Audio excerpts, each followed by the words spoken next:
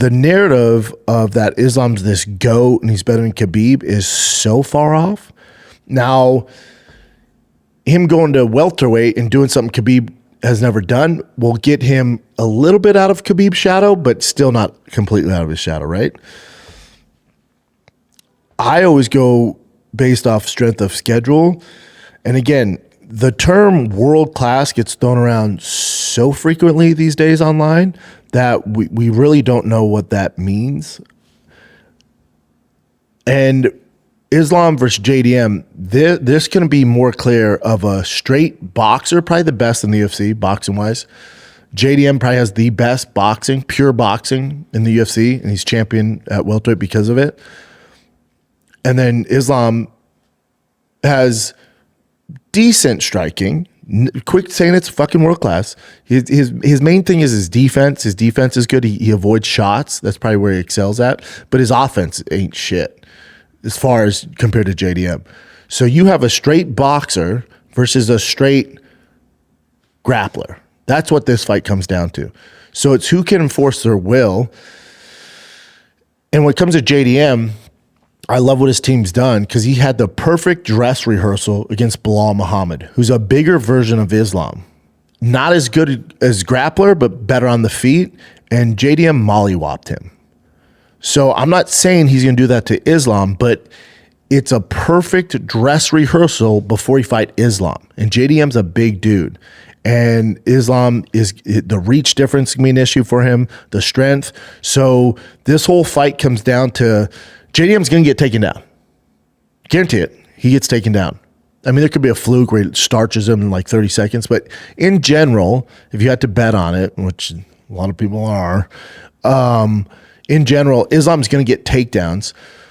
So the whole thought process for JDM, his path to victory is when you get taken down, can you avoid him controlling your back? Can you hand fight? Can you avoid all that and get back to your feet? If JDM gets taken down and can get back to his feet and not get just out-positioned and just wrestle fucked for 5 rounds, I just don't see a way Islam beats him. JDM is not even remotely close. It's not even the same fucking ballpark.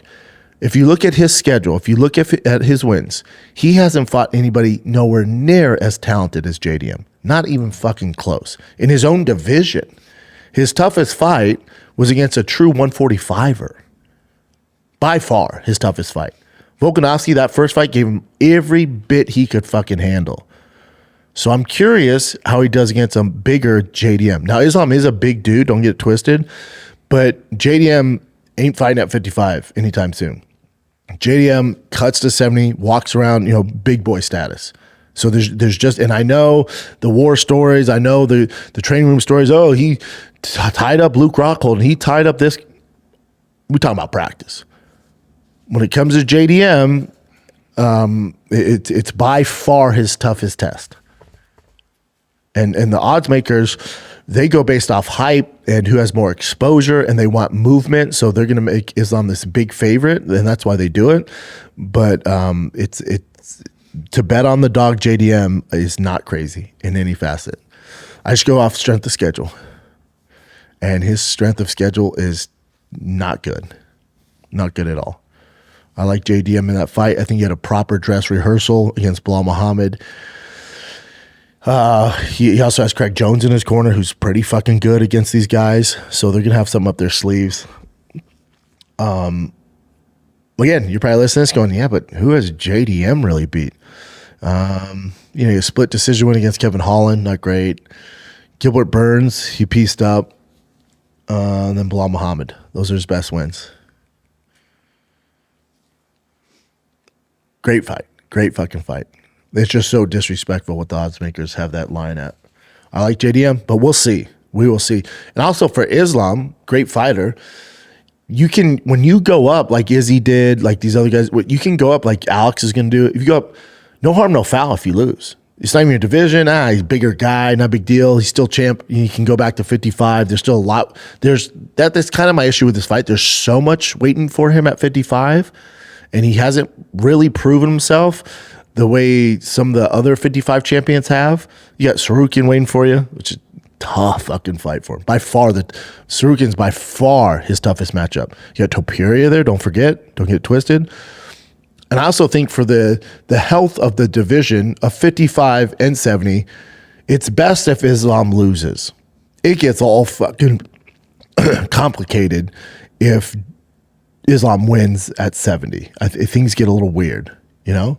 It's more of a clear-cut true champion at 170 if JDM wins. And there's a lot of contenders, a ton of them at 70. So we'll see what happens. Because, again, not Islam's fault. This is the way it goes. Islam's quality wins. If he were to become champ, he'll be able to really mark his legacy and surpass Khabib and get out of Khabib's shadow if he wins. And then you got Ian Machado Gary, you got Sean Brady, you got Schaub, you got all these guys, Morales, you got all these fucking monsters there. All these monsters at 70. So we'll see what happens. But I do like JDM's chances.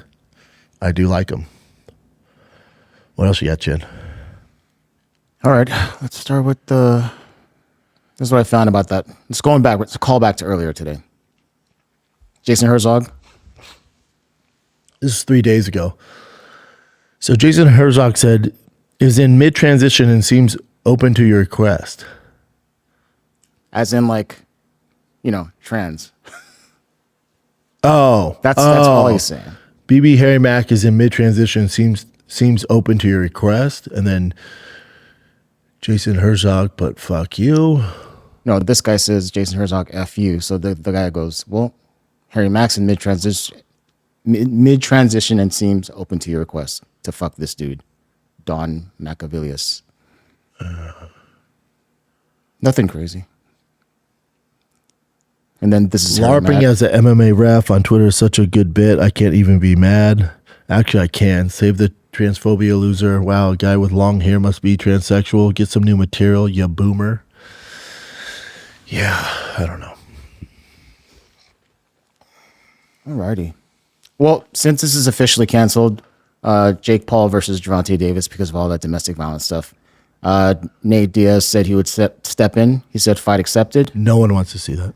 And it's not. It has to be canceled, the entire event by now. Well, they pushed it to December. Oh, I didn't see that. Yeah. Okay. They pushed it to December. Francis is the answer. Francis is the answer. You want to get people's, to tune in and intrigued by the fight card after Gervonta Davis, which was a bit of a circus because smaller guy. The Nate Diaz thing would eat all the dick on Netflix. Now, get your bag, both of them. I want Nate to get paid. I want Jake to get paid. But as far as, the best opponent that's going to intrigue the audience, the casuals, it's Francis by far. By far. Everyone thinks Francis is going to knock Jake's head off.